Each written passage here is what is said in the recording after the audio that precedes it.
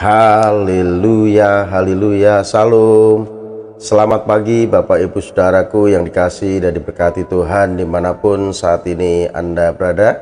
Kembali di pagi hari ini berjumpa dengan saya dalam program Renungan Pagi Kebenaran Firman Tuhan.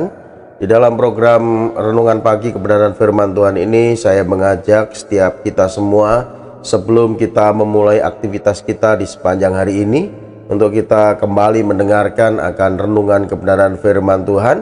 Bila kebenaran firman Tuhan inilah yang akan menuntun hidup kita, mengarahkan hidup kita di jalan-jalan Tuhan. Dan saya yakin dan percaya kalau kita dituntun Tuhan, dipimpin Tuhan di jalan-jalan Tuhan, maka hidup kita akan disertai dan diberkati oleh Tuhan. Untuk itu pagi hari ini saya akan menyampaikan tema firman Tuhan dengan satu tema, janganlah mengeluh. Dan sebelum kita mendengarkan akan kebenaran firman Tuhan ini, saya mengajak setiap kita untuk berdoa. Mari kita berdoa. Bapa di surga, dalam nama Tuhan Yesus Kristus, kami bersyukur kepadamu buat anugerah-Mu pagi ini Tuhan. Kami boleh bangun pagi dengan tubuh yang sehat, dengan kekuatan yang baru, dengan semangat yang baru, semua karena kebaikan-Mu dalam kehidupan kami ya Tuhan. Untuk itu pada saat ini di pagi ini kami rindukan lawatan Tuhan. Engkau nyatakan dalam kehidupan kami, dan bila Engkau juga melawat kami Tuhan melalui kebenaran firman-Mu, urapi setiap kami semua, sehingga kalau sebentar kami dengarkan firman-Mu Bapa, firman-Mu dapat kami pahami Tuhan, dan kami lakukan dalam kehidupan kami, sehingga hidup kami disertai dan diberkati oleh Tuhan. Untuk itu Bapa, sampaikan firman-Mu, kami siap untuk mendengarkan.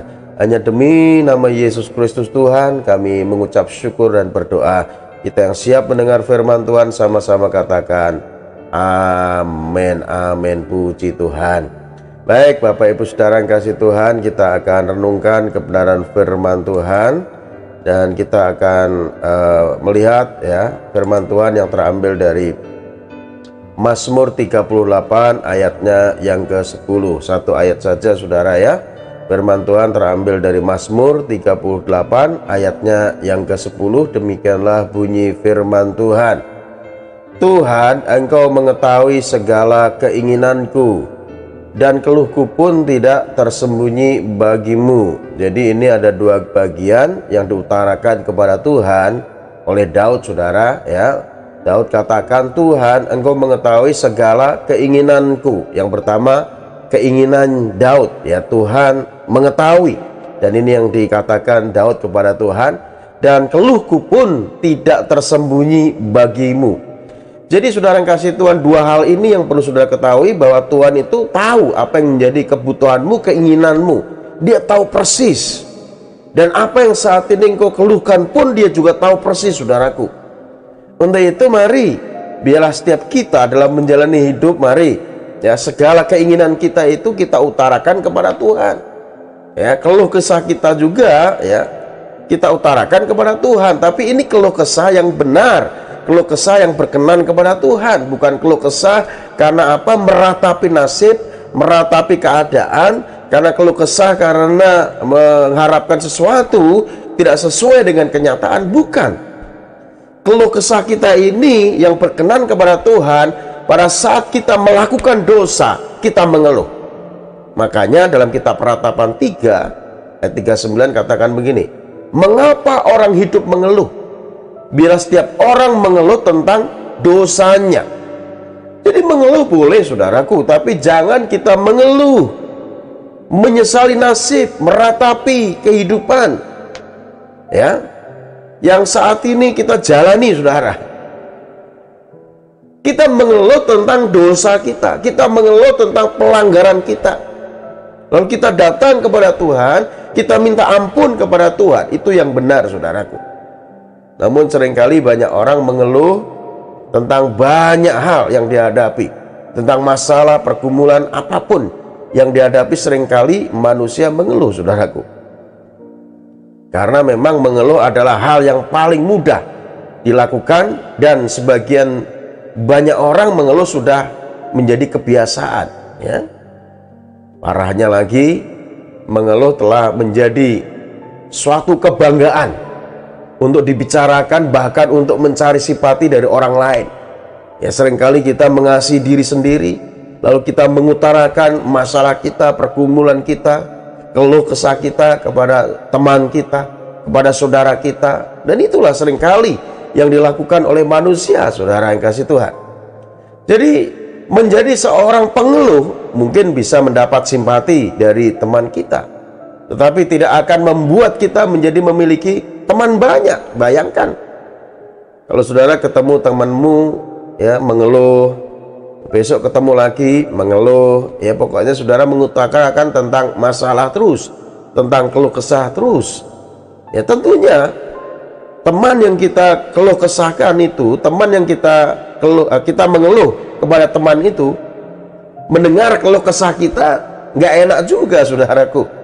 Ya, jadi saudaraku yang kasih Tuhan, kalau kita mengeluh ya kepada teman kita supaya teman kita simpati kepada kita, ya lama-lama teman kita juga tidak senang, saudaraku.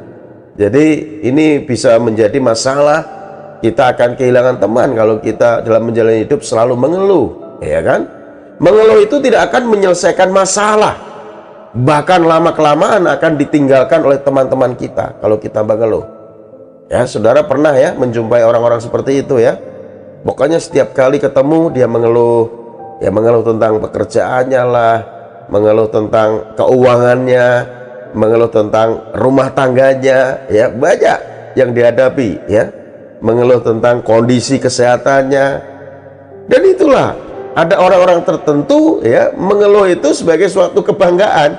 Ya sedikit-sedikit mengeluh, sedikit-sedikit mengeluh, dikit-dikit mengeluh. Seperti itu, saudara. Yang menjadi pertanyaan sekarang adalah mengapa ya manusia suka mengeluh? Mengapa manusia sering mengeluh? Jawabannya adalah karena kita kecewa dengan kenyataan yang ada. Kenyataan yang tidak sesuai dengan harapan dan keinginan kita. Kita tidak bisa menerima keadaan kita. Dan itulah membuat manusia seringkali mengeluh. Harapan tidak sesuai dengan kenyataan. Masalah yang datang bertubi-tubi. Ya kan? Manusia bisa mengeluh. Demikian juga apa yang dialami, apa yang terjadi terhadap bangsa Israel. Bangsa Israel itu mudah sekali mengeluh, mudah sekali bersungut-sungut, mudah sekali komplain. Komplain sama Musa, komplain sama keadaan, komplain sama diri sendiri, terlebih komplain sama Tuhan, ya kan? Pada saat bangsa Israel dibawa keluar dari tanah perbudakan dengan satu tujuan adalah tanah Kanaan. Namun bangsa Israel ini dia dibawa berputar-putar di padang gurun, saudaraku. Ya, dibawa berputar-putar di padang gurun. Bayangkan, selama 40 tahun berputar-putar di padang gurun.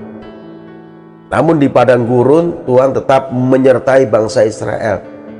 Tuhan tetap memelihara bangsa Israel dengan sempurna walaupun ada di padang gurun. Ya, padang gurun merupakan pergumulan, masalah tentunya bagi bangsa Israel. Namun apa yang dilakukan bangsa Israel? Tiap hari, bayangkan, tiap hari itu kerjaannya mengeluh, kerjaannya bersungut-sungut. Ya, kita tahu bangsa Israel yang keluar dari tanah perbudakan itu 600 orang dewasa, belum termasuk istri mereka, ya kan? Ya, kalau plus istri berarti 1.200 plus anak-anak, ya bisa 2 juta, saudaraku. 600.000, ya 600.000 lelaki dewasa, ya plus istri plus anak, ya kurang lebih 2 juta. Jadi Musa memimpin 2 juta umat Israel keluar dari tanah perbudakan, melintasi padang gurun. Dan bangsa Israel tiap hari itu mengeluh kepada Musa. Nggak ada makanan, dia mengeluh. Lalu Tuhan beri makan sampai kenyang. Dengan apa? Makan roti mana. Tiap hari makan roti mana, mereka bosen, mengeluh lagi. Minta makan daging, Tuhan kasih makan daging dengan burung puyuh, saudaraku. Ya, pada saat tidak ada air, mereka mengeluh lagi. Lalu Tuhan ya berikan air. Ya, Tuhan sampaikan bangsa Israel di Mara, di sana ada air, ada sumur yang ada airnya. Mereka senang.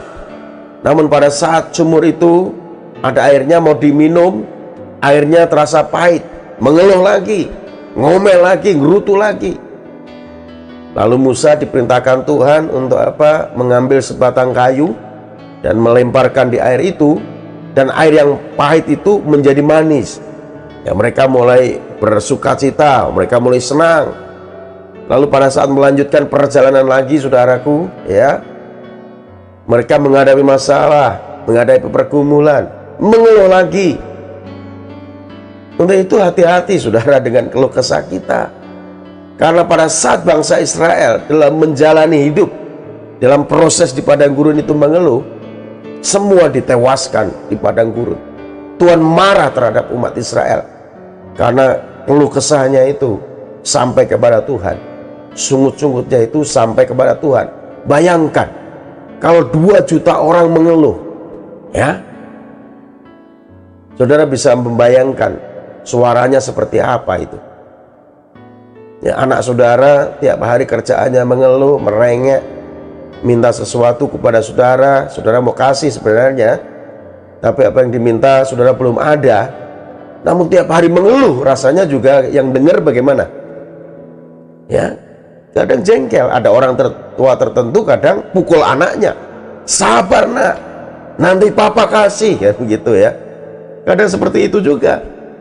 Kita sebagai anak-anak Tuhan dalam menjalani hidup, kalau kita suka mengeluh, suka komplain, Tuhan nggak berkenan kepada keluh kesah kita, saudaraku. Namun kalau kita mengeluh pada saat kita melakukan dosa, kita melakukan hal yang tertentu yang tidak sesuai dengan kebenaran firman Tuhan, lalu kita menyesal, kita mengeluh, kita meratap, dan ini keluh kesah yang berkenan kepada Tuhan. Jadi Bapak Ibu saudara yang kasih Tuhan, Tuhan tahu apa yang saat ini saudara inginkan. Tuhan tahu apa yang saat ini saudara butuhkan. Dia tahu persis. Namun jangan sampai keluar dari mulut kita itu keluh kesah pada saat kita belum menerima apa yang kita inginkan, kita harapkan, yang kita sudah berdoa kepada Tuhan. Ya, jangan kita berkeluh kesah, apalagi kita curiga kepada Tuhan. Mungkin saat ini engkau sudah mengalami sakit penyakit menaun, rasanya belum ada kesembuhan, belum ada obatnya juga. Memang secara manusia gampang mengeluh, saudaraku. Secara manusia gampang mengeluh. Namun ingat, kalau kita sudah mendengar firman Tuhan, kita tahu akan kebenaran firman Tuhan, dan Tuhan tidak mau kita sebagai orang yang percaya kepadanya hidup dalam keluh kesah. Harusnya kita jangan menghadapi dengan keluh kesah seperti itu, saudaraku. Ya. Jadi manusia seringkali mengeluh karena apa? Harapan tidak sesuai dengan kenyataan. Harapan tidak sesuai dengan keinginannya, sehingga kita tidak bisa menerima keadaan seperti itu, saudara. Lalu bagaimana cara mengatasinya? Caranya gampang sekali. Ya, kita hanya perlu bersyukur saja sebenarnya, saudara. Cara mengatasi supaya kita tidak mengeluh, ya kita bersyukur. Kita tidak menyadari bahwa banyak hal yang bisa kita syukuri dalam kehidupan ini, saudaraku. Kita banyak bersyukur, namun seringkali kita tidak sadar, ya, bahwa bersyukur itu membuat hidup kita akan lebih ringan, ya. Tidak terfokus pada keadaan, tidak terfokus pada masalah. Kita menyukuri apa yang Tuhan sudah kerjakan dalam kehidupan kita. Bahkan hal-hal yang terkecil apapun dalam kehidupan kita, kita syukuri. Sehingga kita akan terhindar dari keluh kesah yang kita ucapkan dari bibir kita, saudara. Ya kan? Untuk itu mari kita sadari, ya, jangan kita terus mengeluh dalam menjalani hidup. Mengucap syukur, saudaraku. Ya, bersyukurlah lebih banyak, maka hidup saudara akan menjadi jauh, ya jauh lebih baik. Bersyukurlah dalam segala hal, maka saudara akan lebih mudah menjalani hidup, dan keberuntungan selalu menyertai saudara kalau saudara pandai mengucap syukur. Saudara, dengan bersyukur maka saudara akan melihat hal-hal yang indah dalam hidupmu yang selama ini tidak terlihat karena saudara selalu sibuk dengan mengeluh.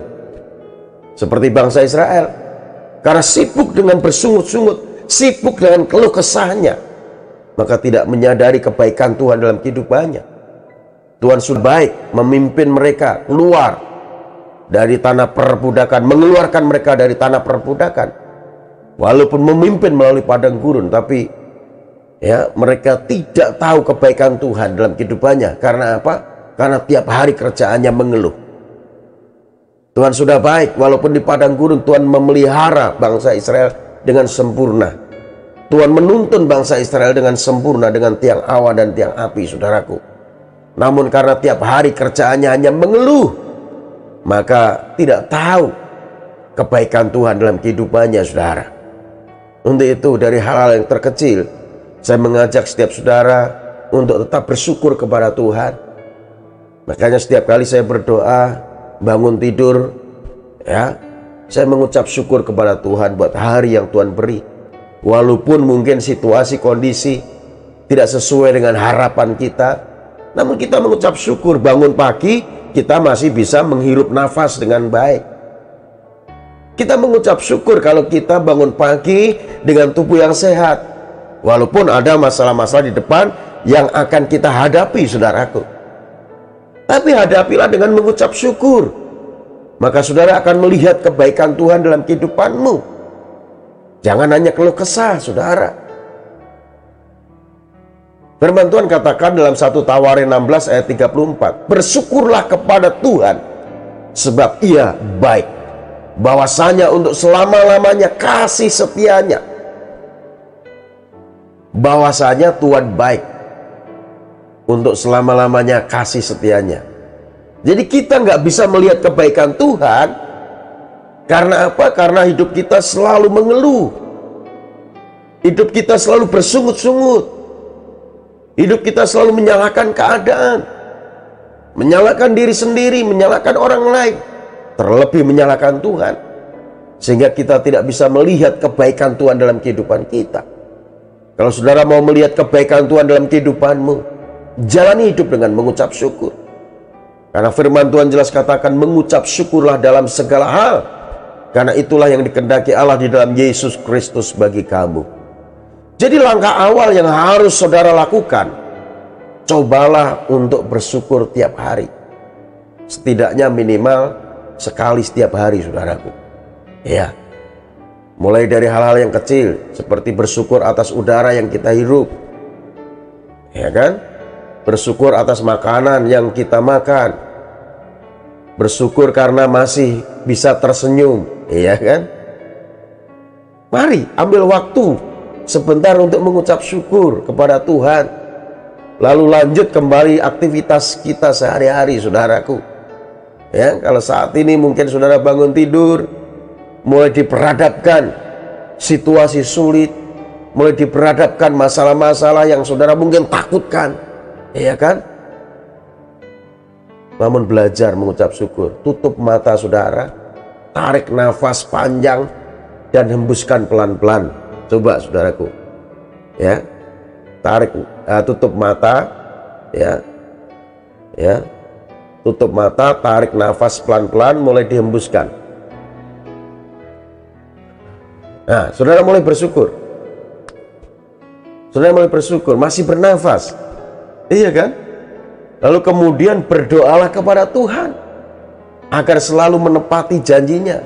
Maka firman Tuhan itu akan mengubah pandangan saudara yang sempit menjadi luas. Pikirkanlah bahwa pada satu saat nanti kehidupan saudara akan semakin membaik, dan selalu bersyukur atas semua yang terjadi, saudaraku. Jadi jangan ikutan teman saudara yang suka mengeluh. Ya kan? Kalau saudara berteman dengan orang yang suka mengeluh, saudara akan ketularan, gampang mengeluh, saudaraku. Jadi berteman dengan orang-orang yang menjalani hidup itu penuh riang, penuh sukacita, walaupun ada masalah, ada pergumulan, saudaraku.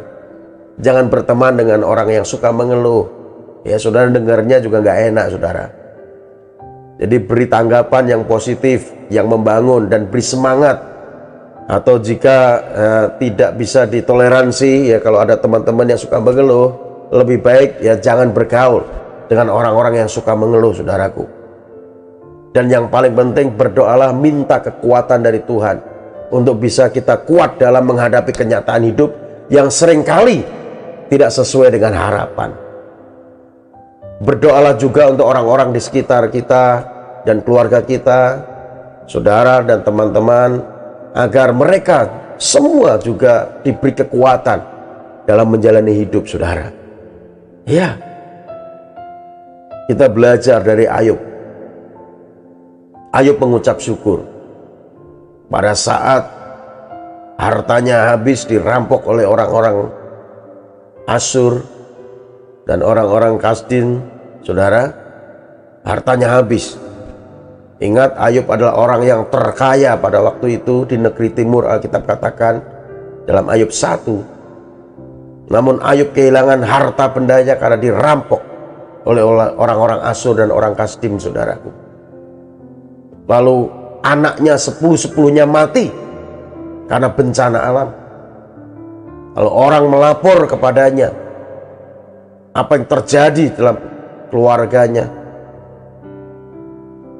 Lalu apa yang dilakukan oleh Ayub? Apakah dia komplain?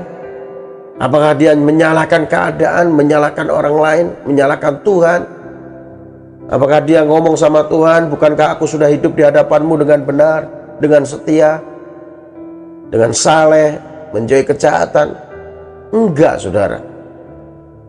Ayub mengoyakkan jubahnya, dia duduk di abu, dia bersujud kepada Tuhan, dan dia berkata kepada Tuhan, dengan telanjang aku keluar dari rahim ibuku, dengan telanjang pula aku kembali ke dalamnya. Tuhan yang memberi, Tuhan yang mengambil, terpujilah Tuhan. Dalam semuanya itu Ayub tidak menyalahkan Tuhan kalau Tuhan berbuat tidak adil kepadanya.